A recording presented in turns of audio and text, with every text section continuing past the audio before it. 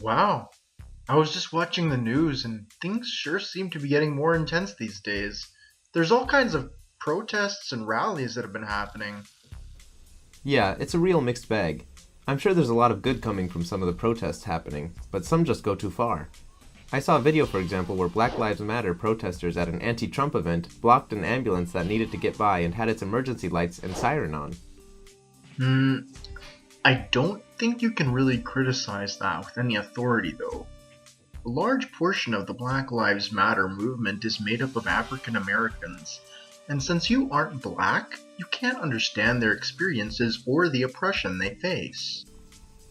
First of all, I don't disagree with the purpose of the movement in general. I was just criticizing the tactics of that one protest. And besides, I don't think that only people who have had direct experiences of certain kinds of oppression should be allowed to talk about the facts.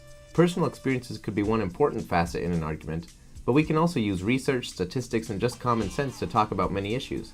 The idea of comparing who is more or less oppressed to decide who has the authority to speak can just lead to a big mess.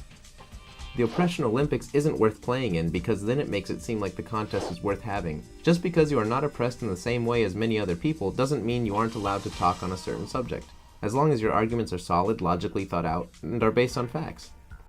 Okay, but it's still important to let people speak up if they are from an oppressed minority.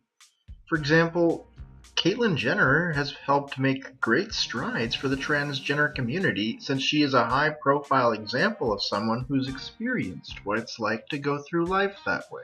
Neither of us can speak up for transgender people the way she can. While I definitely can't speak as a representative of transgender people, what I'm saying is that that doesn't mean that everyone who isn't transgender should be barred from speaking on the subject at all. Doctors, psychologists, biologists, and all kinds of people can speak with authority on different subjects related to transgenderism. And anyway, a lot of times certain people are more or less chosen by the general media to represent the viewpoints of oppressed groups, and there are often disappointments when they don't toe the party line. To use your example, Caitlyn Jenner was invited to many interviews as a spokesperson of sorts for transgender people, and yet Caitlyn disappointed and angered a lot of the audience due to taking some conservative viewpoints. If we think that certain kinds of people have inherent authority to speak on some subjects, especially politically divisive ones, based solely on their race, gender, or DNA, and that these people will always fall into predictable political categories just because they belong to a certain broad group, there will be many surprises.